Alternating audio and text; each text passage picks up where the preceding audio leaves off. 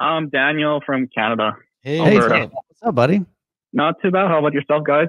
We're good, man. Thanks for calling in from Canada. All right. What's your question? Yeah, thanks for getting me in, actually. I was talking to you about the eco mode on and off. I tested it. It seems to be the same. Yeah. I was thinking getting the 3700 because I bought the 3600 3 months ago, and I'm pretty much satisfied with it. Do you think I should upgrade or just leave it be? That's the age-old What would question. be the reasoning behind upgrading to? What were you thinking? I have the Panasonic GZ1000, and it supports HDR10. Although there's not many HDR10 plus. Sorry, there's not a lot of HDR10 plus content. So I was thinking maybe we get the 3700 instead of switching HDMI cables all the time. Right. What do you think, Shauna? I mean, yeah, that's the funniest thing with HDR10 plus. Like Panasonic and Samsung were all on board, and then I think recently a couple of production houses dropped it. So, are we going to get any more HDR10 plus content? I have no clue, but you have the TV, you have the capability. What 4K player are you using? One of the Panasonics? Yeah, the UB9000. Oh, UB9000, yeah. So yeah, I mean, that was the one cool part about, the new Denon announcement is that all the, 700 series AVRs are going to have HDR10 plus support, pass-through support, which is actually last year I asked Yamada-san, the engineer, that question. I'm like, hey, if we're going to do HDR10 plus support, is it a firmware update? Or he said, no, it's hardware. I'm like, oh, so it has to be a new product. And then we went from the X3600H to the 3700H this year. So they added that. So that's kind of cool. So I like that AVR. It's a good one. But it all depends. Like, if you really need that functionality, and have you watched anything in HDR10 plus or? Yeah, I watched a couple of things. It's better than HDR10, in my opinion. But as you guys say, there's not a lot of content in HDR10 plus, so might not be worth the upgrade to the 700. I mean, can you wait? I always say, like, it's the best idea is to wait. If you're like on the fence on when to upgrade, or there's not enough content, or this, that, and the other, the whole part of being an early adopter is you waste a lot of money on shit you don't need, and all of a sudden they're like, hey, we're gonna put out some more stuff. That's right. And then the stuff never gets put out, and then you're like, well, I put out my money, can I get a refund? No, you can't.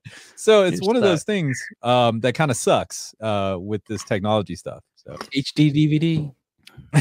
Oh man. Oh yeah, that died pretty quickly. Yeah. Yeah, I had one. I got one as a gift, and I was like, oh. 1917 is an HDR10 plus. That's cool. I didn't know that. Yeah, is that your main reason for wanting to upgrade, or other reasons as well? No, also that I can turn the ability of the every speaker that I have to preamp mode. Because right now the 3600, it's either the Atmos or the stereo setup.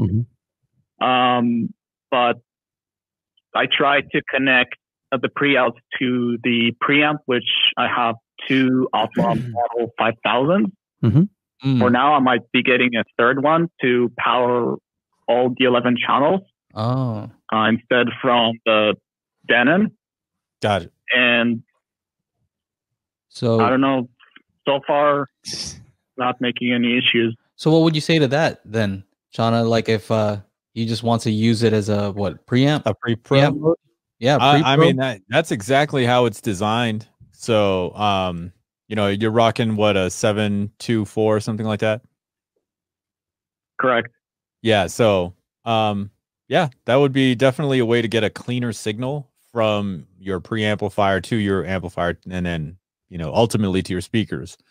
So, if I would put that higher than the HDR10 plus pass-through compatibility, like, for me, with what's happening, and unless we're getting, unless we have like 10 movie releases this year that have HDR10 plus, like it's going to be slow moving. You know what I'm saying? I highly doubt it. Yeah. I'm just asking your point of view.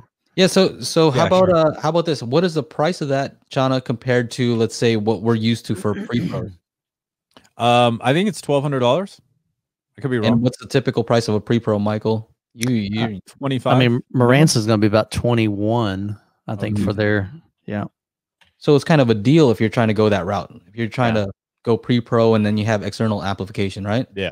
So for that reason, whether you can hear a difference, I don't know. I haven't experimented, but it might be something you might want to try at least. Oh, Mike says he hears the difference. Oh, when yeah. When he from AVR to pre-pro. Yes. So, the AV3700H is... Oh, shoot. I thought they had it on their website. Let's look at Amazon. Yeah, you said you could hear a difference, though? I did. Yeah. Okay. And again, it wasn't like, oh my gosh, I can't believe I've been missing this all my life kind of transformation kind of thing. But yeah, definitely I heard a difference. And like I said, mostly it was the channel separation just sounded cleaner with each channel. Like it was very, very unique per channel, is what I remember when I finally had a chance to hear it in my own setup. Wow. Yeah. Juan says he can, he meaning you, Daniel, can just connect one HDMI to the TV for HDR10 plus and the other to the X3500H for audio, since Panasonic has dual, or whatever your receiver you can split it. Yeah, there you go. So you can do that as well. Yeah, that's what I'm doing right now. But okay. When I want, that works too. Yeah, Kanga says here, pre-pro definitely has audio clarity benefits. So I guess cleaner it's gonna signal. be pre-pro. Try it, right? Yeah, try it out. And if you're getting a third Outlaw 5000, I would take one of them and just power the front stage with one, and then power your other speakers with the other two. You know what I mean? Does that add up to 11? That's what I'm doing right now. Oh, okay. Okay, cool. Perfect. Well, each one of them is 5 channels, so I'll have one speaker powered through the Denon itself, or the pre-pro that I'll have in the future. Gotcha. No, sorry. Yeah, Daniel, I mean, if you decide to go that route, if you want to try it out, give us some feedback. Let me know if you can hear a difference. I'm kind of curious to see if you go that route, like if you could or could not hear the difference. I'm very curious. Yeah, I'll give a shout whenever I get the chance to do that. Yeah, use Chana's method of trying. What's your line, Chana? Try it. If you don't like it, return that shit. There you go. Yeah, exactly. Sorry, Sound United, but that is that's his mantra. Yes. I was watching the new Denon releases with Sound United guy. I can't remember his name. Phil Jones. Phil. And I was also, I was thinking to get a let's say 13, 15 channel setup that I can go from DTSX and Auro 3D to Atmos. And it's going to be a lot of money. And I thought to myself, why would I need to do that? Everything right now, most of the content is 5 channel or 7 channel. Yeah. Mostly on the Blu-rays, even on streaming services. It's a good thing to have all of those speakers, but I don't think I should. Well, it's not all about sometimes more isn't better. It's not all about need. That's definitely you don't need that. You don't even need a home theater. Yeah, I've said that many times. Kind of cool too. Yeah. No, I love it. I love it. If you want it, you just treat yourself. That's my line. Treat yourself. Yeah. He always tells Chana, man, buy that. You deserve it. You deserve it. You work hard. And then guess what? Chana buys it.